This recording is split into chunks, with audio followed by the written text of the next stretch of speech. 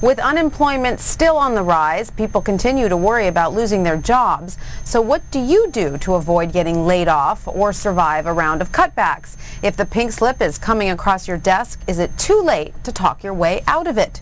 Well, for some smart ways to dodge layoffs and keep your job, I'm joined now by Chester Elton, author of a national bestseller, The Carrot Principle. Welcome back, Chester. It's great to see you. Great to be back. Thanks, Tanya.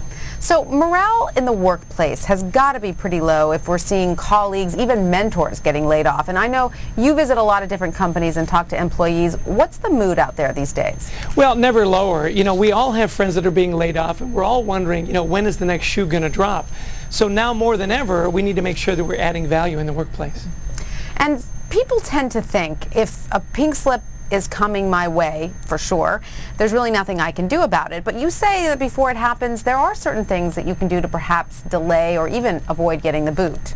Oh, absolutely. You know, one of the things I tell my friends and coworkers and anyone that'll listen is be close to the money. You know, be on those teams that are generating money, the ideas, you know. No one wants to lay off somebody who's a rainmaker. So if you can show that those good ideas are helping the bottom line, those are great ideas and people enjoy that. Well, okay, let's get to your first tip, which is to remind your boss, as you said, that you're close to the money. How do you remind your boss of that? Let's say you are.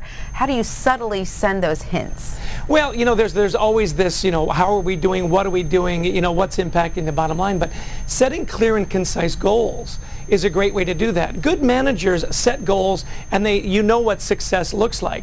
So if you're one that can say, okay, tell me what the goals are and keep them posted on a regular basis as to how we're doing, that, you know, reassures the manager that you're on track, that you're providing that good input, and that you're one of those value creators, not expense employees. But is it a tricky thing to do? Is it a fine line between reminding the boss and being a value creator and not looking like a bootlicker, for lack of another word? Yeah, there are a lot of ways you could have said that, Tanya. Thank you. Not too many that I can say on the air, but... Exactly. Yeah, you do. And this is where we talk about specificity. Again, it comes back to setting the goals and updating those goals. You know, it's the general stuff if you're coming in and you're, you know, hey, you look great, boss. Hey, you look great. You know, those kinds of things. But get to the numbers. Be very specific about what it is. Again, tie it back to the corporate goals, and we're achieving this. That turns the spotlight on you in a positive way, but not in a way that's, you know, too, well, let's see, what would the word be? Icky. Yeah. All right, and it's important to remember, because a lot of people sometimes think, well, if the boss man can't see me, he can't fire me. But you say that's really the wrong way to think. You need to stand out. Absolutely. This is not the time to hide in your cubicle. You know, it's the old, you know, if he can't see me, if he doesn't know what I'm doing. But see, then when you go down the list and say, well, we don't really know what that person does. If they left, would we miss them? And the answer there is going to be no, we don't miss them now. We never see them. Yeah. That's right. Who is that? Are you sure they work for us? You know? So now is the time to make sure that you do find the spotlight in a positive way. Again, work on that team. Find a new innovative way to save some money, and point out that as you save money, you're saving jobs. I think that's the connection people need to make. We want to help the company so we can all stay employed. And that's a very positive thing in the workplace to latch onto. And you also say this is key, to be trusted. And by that, do you mean be dependable? Absolutely. You know, great point. You know, trust in the workplace is so important, especially now more than ever. So if you make a promise, if you set a goal, you know, keep that promise. Do what you say you're going to do. Be reliable. And again, that's value in the workplace. Good managers need people that can execute the plan. And if you're one of those that we can rely on to consistently execute the plan, you're a keeper. And you also say that it's important to recognize others and yourself. Let's start with yourself and then get to the others. Yeah, I mean, you don't want to turn into Eddie Haskell. I don't know if you're old enough to know who Eddie Haskell is, but anyway, you know, where you come in and you're just sucking up all the time. You know, what you want to do is you want to, again, point out what you're doing to add value in a very business-like way. You know, here are our goals, and we're hitting our goals, and here's what I've been doing with the team. And then that gives you a chance to spread, you know, the recognition recognition to others that you're working with, and be the builder of the team, not the one that tears down other people to get ahead. Because you also want to emanate confidence, right? You don't want to go into work so nervous that you think you're going to lose your job. That's unattractive, right? I mean, exactly. Be confident. People want to be around confident and positive people, not those people that come in and go, oh my gosh, or have you heard the latest rumor? That's another thing. Don't be the gossip.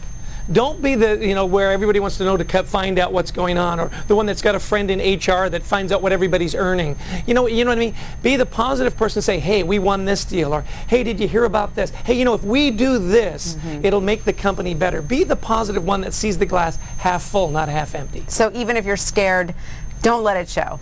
Well, when you're scared, you tend to hole up and you tend to not do, confidence breeds action, and you want to be an employee of action. All right, and before we let you go, let's talk a little bit about the flip side. What do you tell employers who have to do the dirty deed and lay people off? It can't be very easy to be the one who has to let them go. No, that's always a tough assignment, but again, I think you've got to come back to trust. If you're the one that has to do it, just lay out the facts, be very candid, be very honest. Don't manage up, by the way. If you're in that position, don't say, well, if it were up to me, I would keep you, but. It's not a good way to breed, for those that are left, a trusting environment. Just say, hey, listen, about the economic turndown. We're doing as much as we can to preserve jobs. We haven't been able to preserve yours. Here's what we can do for you. Here's how we can help you find another job. But given the facts, sometimes that's the biggest carrot. The carrot principle and rewarding that positive behavior is talking about the facts and being truthful and honest with people. If you're being laid off, that really is helpful when you go to find another job, and have good feelings about the job that you left. Obviously it's hardest on the person getting laid off, but it's easy to forget that there can be an emotional toll as well on the person doing the laying off, as it were. Oh, it's terrible stress. I mean, think about, a lot of these people you've known for years. You know their wives and their families and their kids. It's terribly stressful. And again, if that's your assignment, make sure you've got other people you can go to reassure you you're doing the right thing. And that's recognition from above, We know it's a tough assignment, but when people come to you, we're sure that you'll do it in a dignified and an honest way, and preserve the integrity in the name of the company, and preserve the dignity of the employee that we have to let go in these unfortunate times. Any quick parting advice to office workers before we go? Well, I would just say, listen, these are extraordinary times, and now more than ever, you need to be the one that builds each other up. This isn't just a business thing. This is a human thing. Be positive. Be the one that people want to come to, and that'll breed a better culture, now more than ever. All right, Chester, as always, it's been a great pleasure talking to you. Thanks for having me. And for all you managers and bosses out there, if you want to know the best way to keep your top talents around, check out Chester's national bestseller, The Carrot Principle.